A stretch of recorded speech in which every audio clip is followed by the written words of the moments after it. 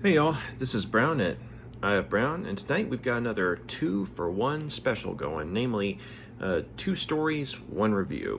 And the 2 stories I'm going to be reviewing here are from issue 98 of Marvel Comics Presents, which was an anthology comic which Marvel had that ran from the late 80s and went into the mid 90s. So one of the things that was really neat about this particular book was the fact that along with the, say, flagship characters such as, say, Wolverine or Ghost Rider, you also had one-off stories, or even, say, multi-part storylines featuring lesser-known characters. And so the stories here that I'm going to be reviewing are for the character of Gladiator, aka Melvin Potter, in the story Worthy of the Name, and then Werewolf by Night, aka Jack Russell, in the story Wild at Heart. And so these are both one-off standalone stories, but at the same time, they do have, say, a bit of a history, or they tie into to the history of the characters which they're featuring, because Gladiator, or Melvin Potter, was a Daredevil villain who was introduced in this book way back in the day, and eventually went on to become a sort of a reformed character and something of a good guy and friend of Daredevil's. And his character arc, especially under the hand of Frank Miller, was something that I very much enjoyed seeing, because it's always nice when you have someone who was once, say, a villain and then genuinely turning their life around. And that happened with Melvin Potter, with a lot of psychiatric help. And so this standalone story, it ties into his past and basically how he's living his life in the present. And on the other hand, in the story Wild at Heart, the one starring Werewolf by Night, that also has a slight connection to something from his past, in the sense that the previous story from Marvel Comics Presents, which starred Werewolf by Night, Children of the Beast, which I reviewed a little bit ago, the transformation that Jack Russell went through, wherein his werewolf side and his human side were kind of merged into one, where basically he could transform at will and neither side overrode the other, and there was like a balance. And so because of what happened in that story, Jack Russell in this standalone story is in a much better spot mentally and spiritually, I guess you could say. So I like how both stories, even though they feature very different characters, they focus on some form of the protagonist having undergone a sort of transformative experience at some point in their lives. I mean, in the case of Gladiator, that happened a long time ago, but in the case of Werewolf by Night, that happened fairly recently, at least when this book was written, or the story was written, pardon me. But I really liked how both of these stories, I mean, even though they feature characters with a history in the Marvel Universe, the stories are done well enough to where, as standalone stories, the reader, if they're someone who has never heard of these characters before, they can get a basic idea of who the characters are and what makes them tick just from reading these stories alone. Like, they don't have to go back several billion issues just to understand certain references, that kind of thing. And I really appreciated that. I mean, these standalone stories, they do a good job of showing you as a comic book reader what a good standalone story is capable of and what it can do. And so going forward here, the first story that I'm going to be talking about is the Gladiator story. So if of course it features Melvin Potter, and he's kind of reminiscing on his life, and he and his wife Betsy, who used to be a psychiatrist back in the Daredevil book, the two of them have actually gotten married and have a very loving, stable relationship. and they work at a costume shop. And because Melvin, I mean, he, in his time as a supervillain, I mean, he made his own costume, for as the Gladiator. And so one of the things that he wanted to do was basically use a skill that he was good at, but actually do something positive with it. And so basically he and his wife Betsy, they run a costume shop together, and things are going good. The two of them love each other, and the business keeps food on the table. But as Melvin's thinking about this, he ends up confiding to a shrink that he's seeing, because before he and Betsy got married, she was the one that he was seeing. But since they're husband and wife now, there was kind of like an ethical boundary, and so basically, he's seeing a different therapist, so that way, there's not like any sort of moral gray or professional, ethics, being crossed or anything like that. If, say, he was still seeing Betsy even though they're married. And so, so Melvin, though, he confides in this therapist that he's seeing that he had something very unsettling happen with him recently. And it was business as usual at the costume shop when this guy walks in, and the guy looks like he's got a major chip on his shoulder, like he's very angry about something. And so, Melvin, I mean, he's able to, kind of read people. I mean, that's something that kind of came into play when he sort of, kind of turned his life around. And so it's like he's looking at this guy and all these alarm bells are going off. And, the guy comes in and he's asking for a costume. And so, Melvin's like, yeah, sure, what costume you want? And so, the guy says, a supervillain costume. Melvin's like, okay, all right, we got a party going, and so the guy's like, something like that. And so he says, okay, whose costume do you want? And so the guy says, gladiators. And at that point, Melvin just kind of freezes, because he doesn't know if this is like a sick joke, or or someone's trying to blackmail him, because basically, I mean, he really tried to turn his life around, and now having someone come in and basically just tell him point blank they want his costume, that really hits him hard. And so and then the guy, to add insult to injury, says, and I want the working blades on them, like the original costume, because one of the Gladiator's weapons, were these two blades. Like there was like one on each wrist that was like a saw blade, a circular saw blade that would, basically be activated, and he could either use it as a cutting weapon, like say if he was trying to hit someone or something, and it would cut, or he could actually fire the blades. And so when this guy is saying that he wants the working components of the blades on the costume, or he wants working blades, that's when Melvin just he can't take it. And so he knows that this guy is going to try and do something bad. And so he tells the guy to get out of his store. He says, I'm sorry, but I can't do that. I can't make this costume for you. Please leave. And so the guy left. And as Melvin's telling his therapist about this, he's saying that, I mean, when he looked at the guy, I mean, he could pick up on the fact that, this guy,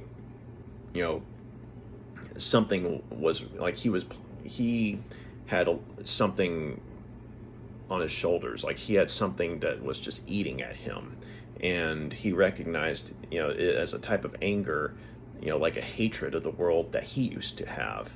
And that's kind of one of the things that for a time drove him crazy, to where he believed that he was a real gladiator in the Roman arena and what have you.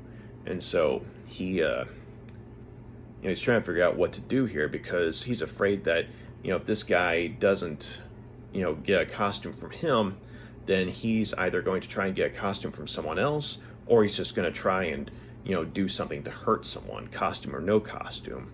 And so, Melvin, he remembers that, as he's further recounting the story, he remembered that he had written the guy's address down.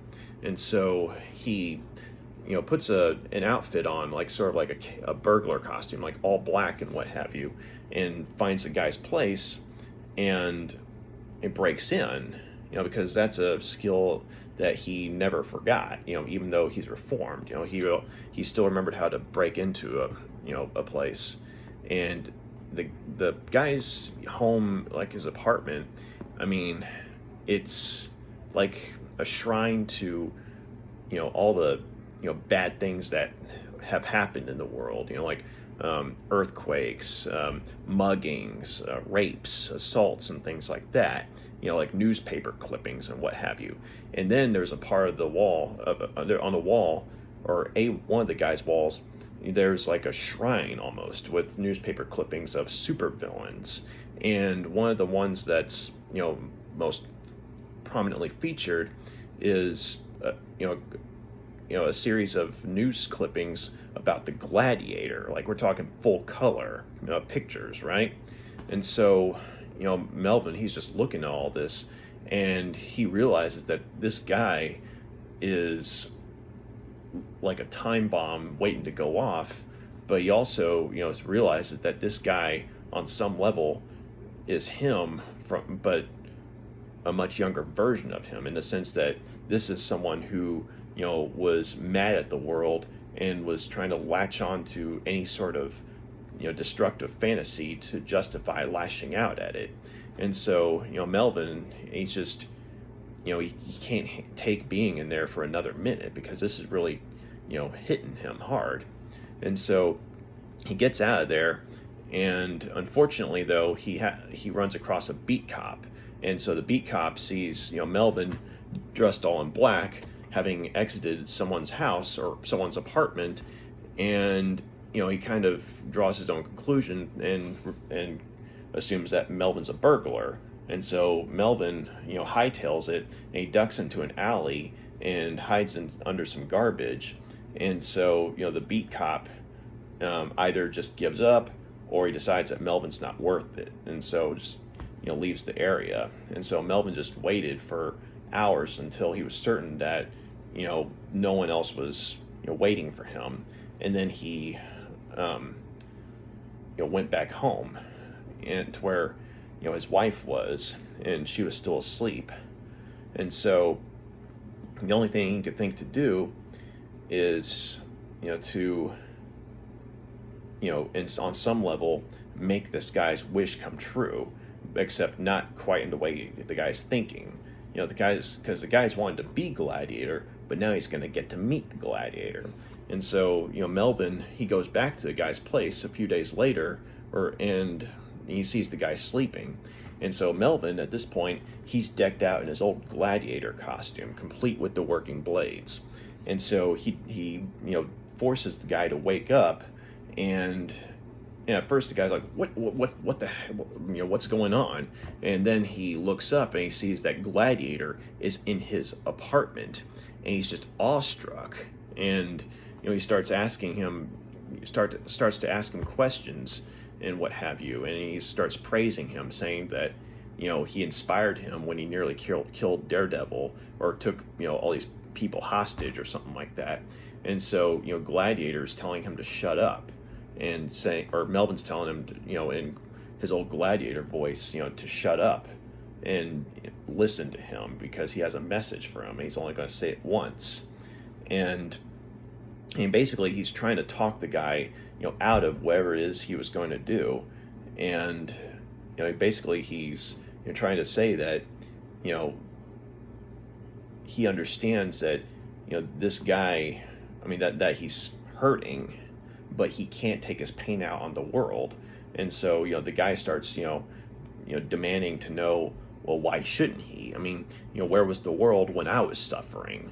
And so he starts basically refuting everything that Melvin's telling him.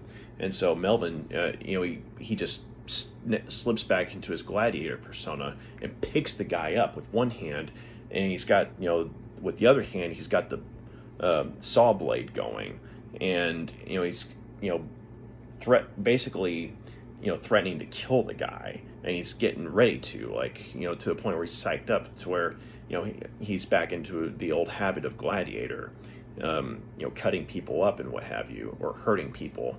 And so the guy's telling him, go on, get it over with, old man. Are you too scared? And so at that point, Melvin just drops the guy, and he says, yeah, I am scared, because I'm scared that, I'm going to become someone like you again, and I don't want to do that. I was you a long time ago, but, it's been a long road, but I'm not that person anymore. I don't ever want to be again. And so he says, yeah, I am scared. And then he's telling him that, you can't just kill your problems, kid. If you can try, but they're always going to come back. Think about it. And so, having said that, he realizes that that's all he can do. I mean, he met with the guy face to face, to try and, impart this wisdom to him, from hard life experience. But the best he could do was just, leave it as food for thought for the guy, and he leaves. And so it's not like he can call the police on the guy, because as far as he knows, the guy hasn't done anything. And so he heads back home, and he's hoping that, his wife, that Betsy, she'll still be asleep, because he really doesn't want to have to explain to her why he's wearing his old, criminal uniform, because, he promised that he would never do that. He promised her that he would never, slip back into that. But unfortunately, she's up, and yeah, she sees him in the Gladiator uniform, and so, he basically ends up explaining to her what happened, and he's like a nervous wreck, and he's breaking down crying, and he's thinking to himself, he doesn't even know if he's making any sense to her. But then she listens to him, and she just sort of holds him and comforts him and tells him that you basically it sounds like that you did the right thing, even, and sometimes doing the right thing means doing something very crazy. And so basically, no, she doesn't hate him for getting back into his Gladiator uniform, because she understands that to him that was the only way he could try and get through to the guy. And so and basically the way the story ends is with the two of them sort of holding each other, and Melvin's sort of has a little callback to when the story opened up, and saying, I used to call myself Gladiator, but tonight, right now, I feel a little more worthy of the name.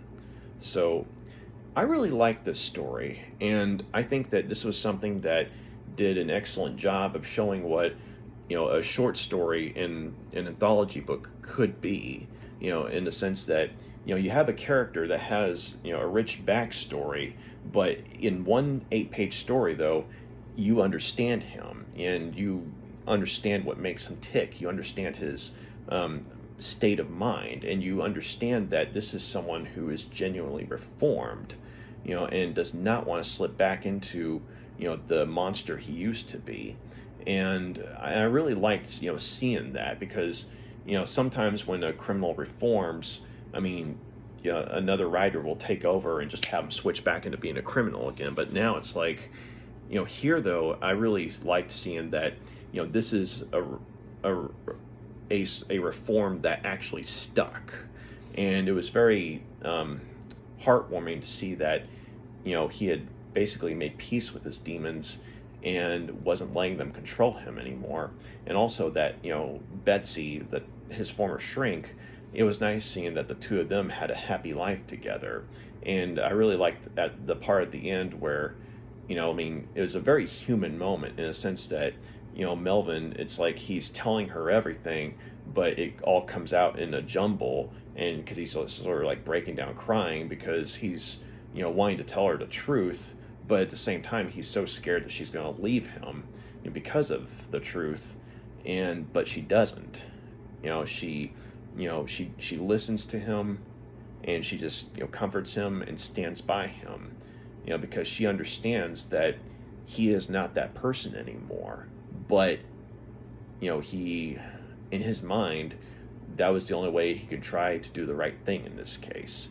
And so it was really heartwarming to see that, because sometimes you have stories like this where maybe there's a misunderstanding or something like that, and the character's significant other, rather than giving them a chance to explain, they'll just be like, "Oh, I can't take it anymore," and then they just leave the character right then and there, and then you're back to a character who was trying to turn their life around, back to square one. But this story didn't do that. I liked seeing that you actually had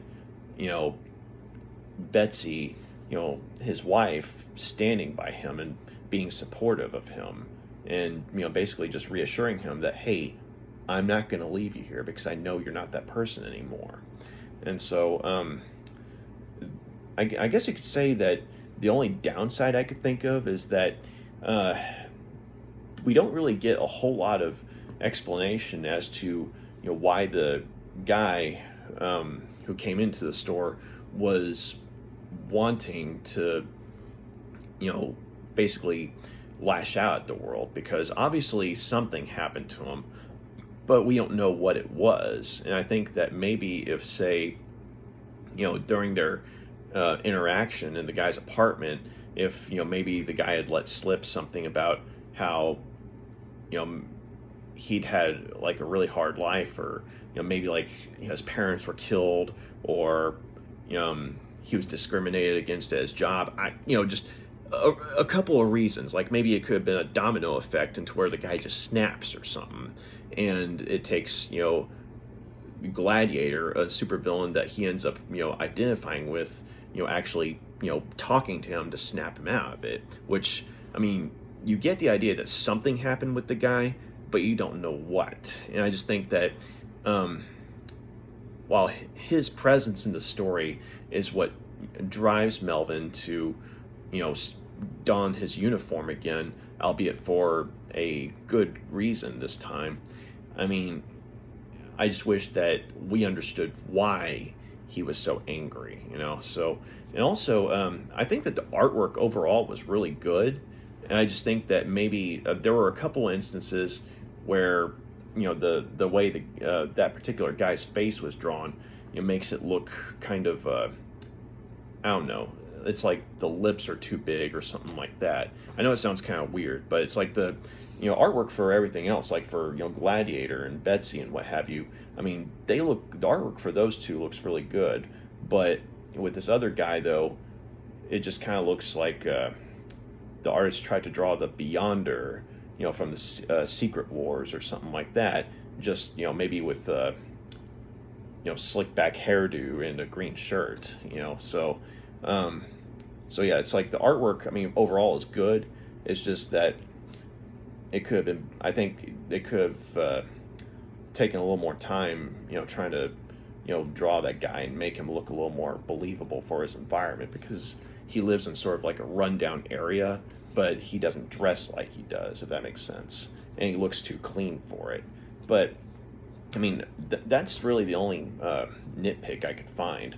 I mean, in regards to the artwork, and also just the fact that we get an idea that something happened with the guy, but we don't know what happened with the guy, and to make him this angry. So, but overall, though, I mean, those two problems aside, I thought this was an excellent story, and it was really cool catching up with a character that I recognized from the Daredevil stories I read, like mainly the Frank Miller ones, and that's how I first came across the character of Gladiator. But so yeah, if you're a fan of Daredevil and you're familiar with the character of Gladiator, or say for example if you've seen the live action series, Melvin Potter does have a part in there. Like I've only seen I think the first season and the first half of the second season. So I know that Melvin Potter has a part in there, but it's kind of like a small part in the episodes I've seen. So I don't know if he had a bigger part later on. But so fans of Daredevil, whether you're a fan of the comic book or the web series, I think that if you're familiar with Daredevil, then you'll probably be familiar with Melvin Potter or Gladiator. And so if that's the case, then this is actually a very good story to read, because it's sort of like catching up with an old friend almost.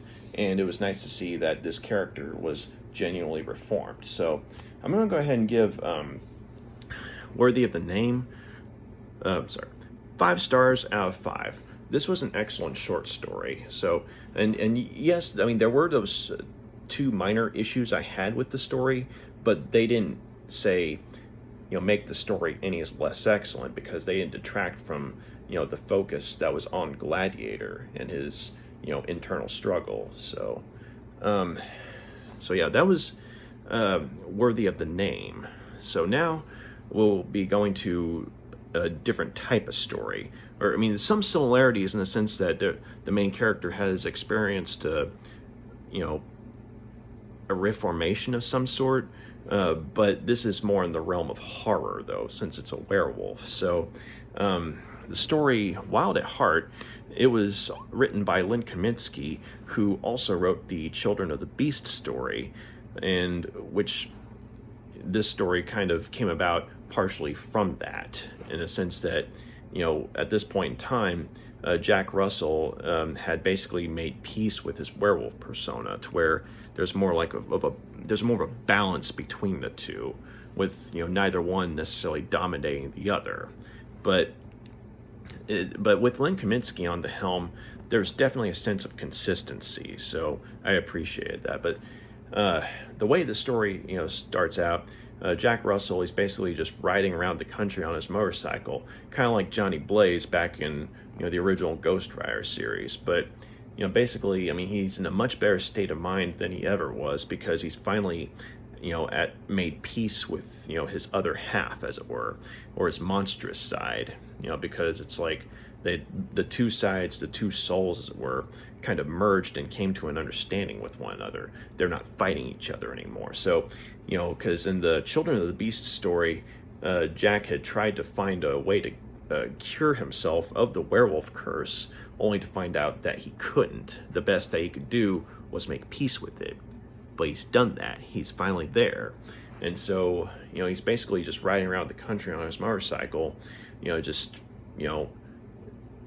taking in life from this new perspective.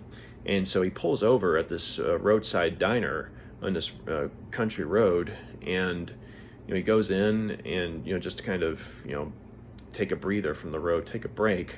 And he's talking about how, as he's inside this building, he's looking at all these trophies on the wall, and all these people milling about, drinking, flirting and what have you. And Jack's like thinking to himself that because he and the werewolf persona are more or less merged at this point. I mean, even though like he's human on the outside right at this point, the werewolf side is just as strong as the human side in terms of what's going on up here. And so it's like, because of that, he can't help but feel like he's trapped, or in his own words, surrounded by screaming monkeys. And so and he's also talking about, or thinking about how and he's looking at some of the dancing girls there, and some scantily clad dancing girls, and he's remembering that there was a time where he'd be focusing everything on them, all his senses would be on them, because of the attraction and everything. But now it's like he barely notices them. I mean, he sees that they're there, but he's just taking in everything else. And so that's when he realizes that there's another beast in this place, namely Sabretooth, the X-Men / Wolverine foe. And so, Sabretooth is someone who's basically a monster and loves it. But on the outside, though, I mean, he looks human, except you get close to him and you get the claws and what have you. But But Jack, though, I mean, because of his werewolf and characteristics, and the fact that he's basically one with his werewolf side now, I mean, he's able to pick up on the fact that there's a fellow monster in here. And Sabretooth, that sort of looks at him from across the bar and sort of tauntingly, lifts the glass to him, and basically recognizing Jack as a fellow predator. And so, the two of them are just sort of sizing each other up, non-verbally, of course. And then Jack sees that Sabretooth has a local woman in tow, and basically, for a night of bow chicka bow bow. But as they're leaving, though, Jack sees that Sabretooth is sort of knowingly looking at him and sort of just licks his teeth, his canines, and that's when Jack realizes that this is what this lady's thinking is going to be a fun night is probably going to be her last night, because Sabretooth has every intention of killing her. It's like, I mean, Jack can read Sabretooth like a book at this point, and Sabretooth can do likewise for by Jack. And it's like the two of them, they know each other at a glance, because they're both monsters. And so as after Sabretooth and the woman walk out of there, Jack's thinking to himself, he's like, on one hand, maybe I should just, it's none of my business, maybe I should just let things be. But then he realized that he's thinking to himself, but then again, it's about time monsters like us started policing ourselves, because if we just let each other get out of hand, what's that going to lead to? And then he answers his own question. He's like, well, I know people who remember the Inquisition. And so, with that in mind, he's like, okay, I'm going to find him and stop him before, he hurts or kills her. And so he follows the scent of, both the woman, with her, cheap Kmart perfume, and then also he follows the scent of Sabretooth, which, is basically mingled with bloodlust, for his impending kill. And shortly after following the trail of their scents, he finds Sabretooth, basically torturing the woman. Like he's, got her face clawed, on one side, with just, regular slashes, but on the other side, he's sort of had scrawled in this sort of bloody tic-tac-toe game on the other cheek. And the woman's just trembling and crying and, whispering and begging for someone to help her. And she sees Jack, standing in the trees, after he's, stumbled upon the scene. And, she's, begging for him to help her. And Sabretooth sort of turns around and looks right at him, recognizing him from the bar, and also having picked up his scent, being followed and everything. And, he's holding out his claws, which are covered in blood at this point. He's, saying, go find your own date, pal. And at that point, Jack, he partially transforms into a werewolf, to where it's like, I mean, he's still mostly human at this point, but he changes enough to where, Sabretooth can see that, Jack is willing to go all the way to go all out when it comes to fighting him. But at the same time, he's trying to give Sabretooth a chance to back down of his own, accord. And so he's, telling, Sabretooth, just let her go, and just to back off, And so at that point, Sabretooth's like, And so he makes the first move, and Jack fully transforms into a werewolf at that point. And so now he's fighting at full strength. And so he and Sabretooth, they basically slash each other up pretty good. And it's kind of going back and forth for a little bit. And Sabretooth's pointing out that, hey, you may be more of a monster than I am, but I'm meaner than you are. And so, and it kind of gets to a point where Sabretooth initially has the upper hand, but then Jack, in his werewolf form, like he's able to, use his strength and savagery as well as his intellect. And so he's able to ultimately overpower Sabretooth and get him into a position, where excuse me, where, he's, basically got him in a chokehold, and he could easily kill him, healing factor or no, which Sabretooth does have a healing factor. But, Jack's in a position where in his full-on werewolf form, he's got a healing factor too, except it's more supernatural as opposed to, say, a mutation. And Jack's about to, basically just rip his throat out and just keep tearing. And Sabretooth, he's all, telling him you don't have the guts, because he's thinking that this is a soft superhero, right? But then when he sees, that Jack's dead serious about it, Sabretooth briefly has a oh crap moment, because this is someone who is a monster just like him, but is willing to go for the kill just like he does.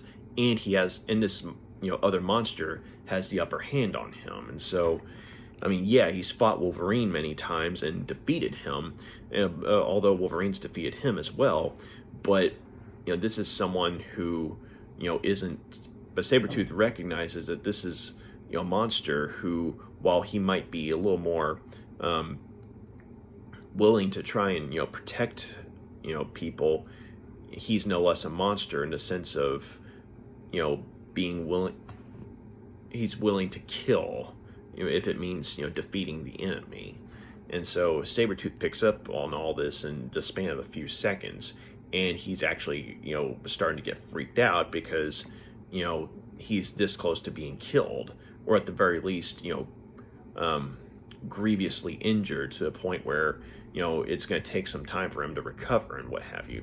Which is about when some local hunters stumble upon the scene, and they see Jack in his werewolf form throttling and tearing at Sabretooth, who, basically looks human, at this point. And so they unload a bunch of buckshot and rifle rounds on Jack, and they hit him several times. And so, Jack's, thinking to himself that, the good thing is none of these bullets are silver, otherwise he'd be screwed. But at the same time, they hurt like what, and he's not ready to, go all in on a bunch of ignorant hunters, because he realizes that they're attacking him because he actually looks like a monster, when in fact, they're inadvertently saving the real monster. And so rather than stick around and try and explain the situation, Jack's, he did what he could to try and save the woman, but he doesn't feel like sticking around to, try and change the ways of some ignorant redneck hunters. And so, he just, sort of bounds off into the night while the hunters fire after him. And so, and so they're checking on Sabretooth, making sure he's okay. And, they're saying that, man, you shouldn't be wandering around here at night, buddy, or something along those lines. And Sabretooth's like, yeah, you're right. Never know when you might come across another monster. And that's how the story ends. And so I thought that this was another good short story, or I should say another standalone story that was very well done. As I mentioned earlier, because Len Kaminsky was writing it, there's a certain sense of consistency with the werewolf story that came before this one. And so if you've already read Children of the Beast, then this story, Wild at Heart, is a nice little companion piece. And I did like, basically kind of getting an inside look into, Jack's new mindset, seeing as how he and his werewolf side have more or less merged to where there's like a balance between the two. And it was fascinating, because in the Children of the Beast story, Jack was more, I guess you could say, desperate to hang on to his humanity. But here, though, he's made peace, with his monstrous side. And so he's seeing things as how a werewolf how his wolf side would see them. And hence why, how he feels like, now whenever he's in a place full of people, like, this, roadhouse, he feels like he's surrounded by screaming monkeys or something like that. And, it's like, all the undercurrents of that everyone has around them, whether it be smell or instinct or something like that. All that, I like him being more interested in all that than, say, I guess, a beautiful woman right in front of him. I thought that was kind of an interesting touch because it really made you get into the mindset of a monster who had basically, not only newly transformed himself, but reformed himself as well. Because there's that bit where, he's talking about how it's time, some of us started policing ourselves when it comes to, say, his thoughts on Sabretooth. And I also liked how Sabretooth was thrown into the story, or I should say included in the story, because, Sabretooth, I mean, he's someone who, likes to, go around the countryside, when he's got some spare time and, hunt and kill people. And so his presence here, doesn't seem, that far-fetched at all. And I like the idea that, both he and Jack sort of recognized each other as the monsters that they were. And, when the two of them fought each other, I liked how, I mean, it went back and forth. It wasn't just one-sided. And, Sabretooth was even saying that you may be more of a monster than I am, but I'm meaner than you. And so Sabretooth's basically just owning up to his evil, like his evil side, as it were. And, Jack's, trying to, I guess you could say, still maintain the balance and, be more of a force for good, even though he's a monster. But I did think that the way they handled, say, Jack rescuing the woman from Sabretooth, it was like we get the idea that he rescues her, but she's clearly traumatized.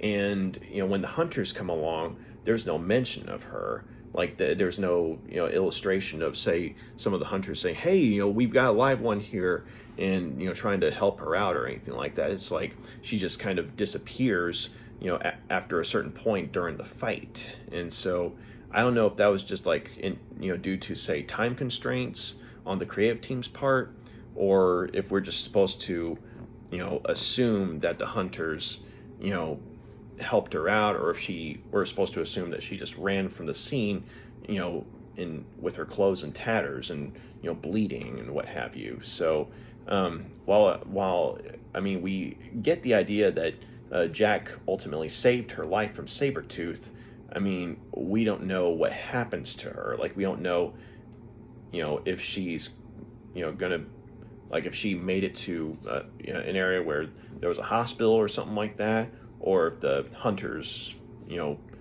took her somewhere to where she could get help or something. But it's like she just disappears. And also, while the hunters weren't something that was entirely out of left field, considering this was in the country, it was like in between panels, when they're saving Sabretooth from the werewolf, it's like there's this final picture where Sabretooth has his hat back on, and he's looking out at where the werewolf has run away to, and he's saying that line about how, like, there are monsters everywhere or something like that. And the first time I read the story, I initially thought that he was one of the hunters because of the way he was drawn, but then it wasn't until rereading it that I realized that that was actually Sabretooth. And so I think that maybe if the creative team had maybe an image or a picture of two, or a panel or two of maybe Sabretooth, say, quote unquote, thanking the hunters for quote unquote rescuing him, and then maybe like picking up his hat from the ground and then putting it back on, and then saying that line about there are monsters everywhere, I think that would have made it more clear that that's Sabretooth. But the way it's drawn, though, it just looks like it's one of the hunters saying it, and it's not immediately apparent. At least it wasn't immediately apparent to me. So but all in all, though, I mean, it was a good story. It was cool to see Jack Russell basically at peace with himself, or I guess you could say more at a better stage of acceptance of his lot in life and what have you, and sort of getting this new mindset that he has.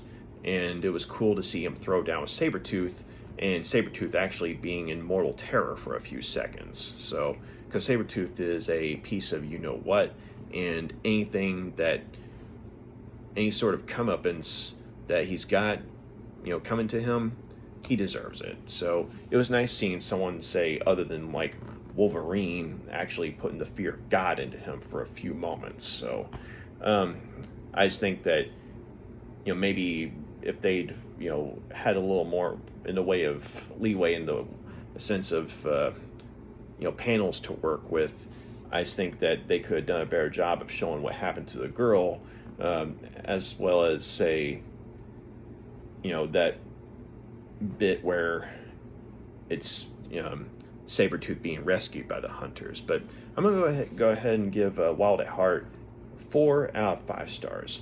This was a good story. So you got an excellent story and a good story. So real quick here, I'll just show y'all some of the artwork.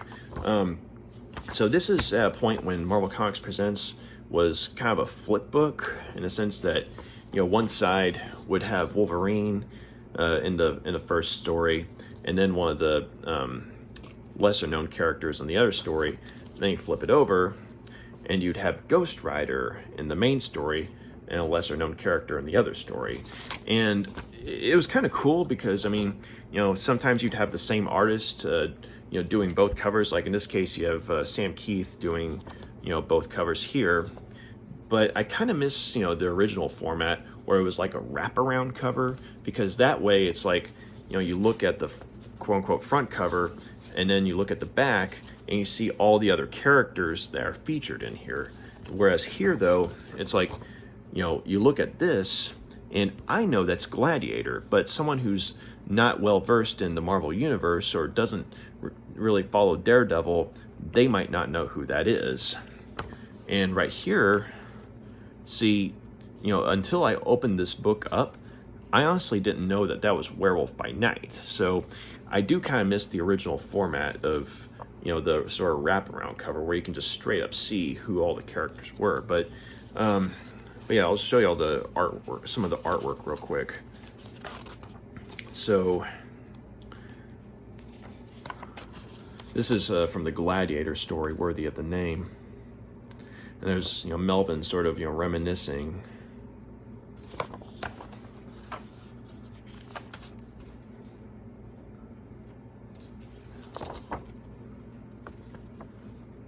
And this is when the, would-be supervillain comes into the store. And so see, this is where I'm talking about, where the guy kind of looks like, the Beyonder with puppy lips, right? But I do like how they drew Melvin here, like how he goes from, sort of being, cautious, with the guy, and then being angry with him, telling him to get out of the store, and then just sort of, breaking down here. And I also like this, a little bit where, he's talking about, what it's like in his with his new therapist. He's talking about how, one of the things he likes about the guy's place is that there's all these relaxing things to look at, which is actually a pretty real detail from, if you've ever been to therapy or anything like that, most shrinks, they'll try and have things in their office that, look relaxing, for the patient. So I like that little detail there. So there's the shrink.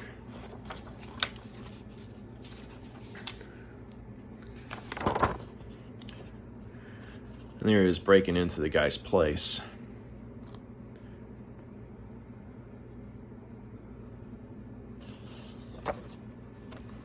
And then as he's, leaving, that's where he comes across the beat cop. But I like this artwork right here because it kind of makes me think of the late Gene Colan's art.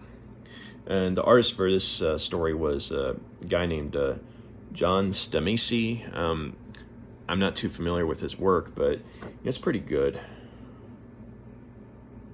But, this right here, this looks like something that Gene Colan would draw. And Gene Colan was another Daredevil artist. So, maybe, John Stanisci was, basically trying to tap into, something that Gene Colan would have done, and he did a pretty good job here, like where he was hiding in the junkyard, in the garbage and what have you.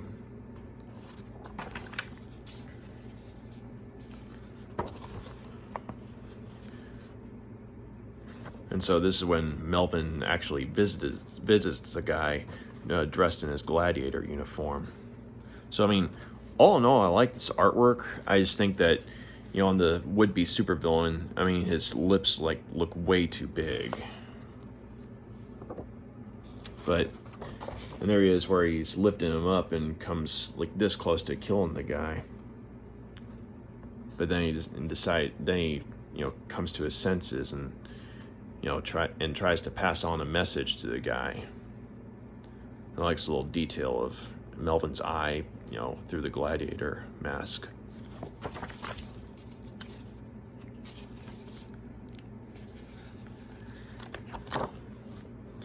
And there he is, he and Betsy, and he's, basically, breaking down and telling her everything. But no, she's still staying by his side. So, all right, now for the werewolf story. Like I said, flip book, right?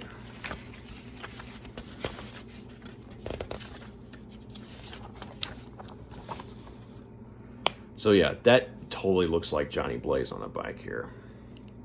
But it's Jack Russell.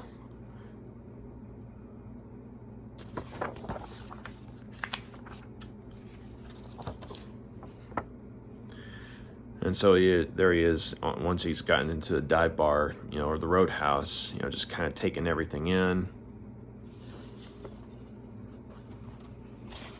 And there he is, kind of just looking through the exotic dancer, and then he sees Sabretooth right there.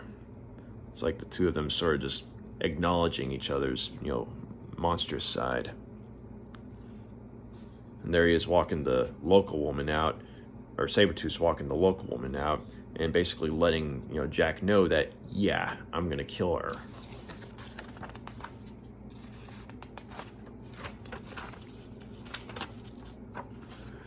And this part I thought was pretty brutal here, but like when you see how Sabretooth, slashed her up and everything, and yeah, you can literally see that he's got a bloody tic-tac-toe game going on her face. And there's Jack doing a partial transformation, to basically, try and scare Sabretooth off, hoping that Sabretooth will see reason. Doesn't work. And so then he goes into full-on werewolf mode.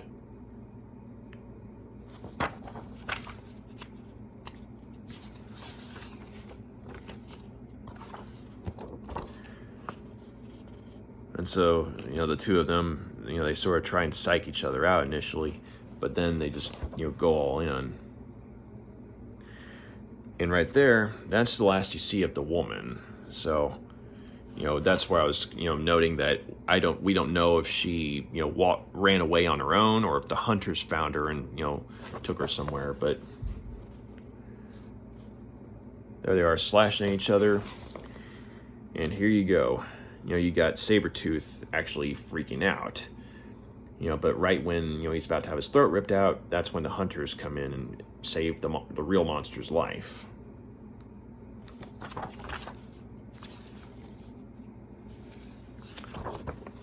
So there you go.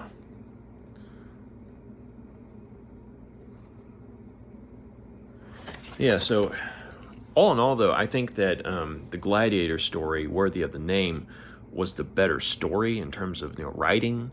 But I think that the Werewolf by Night story, Wild at Heart, had the better artwork. So, but both of them were good standalone stories. And of course, in the Gladiator story's case, it was an excellent standalone story, and the Werewolf by Night story was a good standalone story. So, but you can't go wrong with either one of them. So, but yeah, that was the 2-for-1 review, and thank you very much for taking the time to check my review out.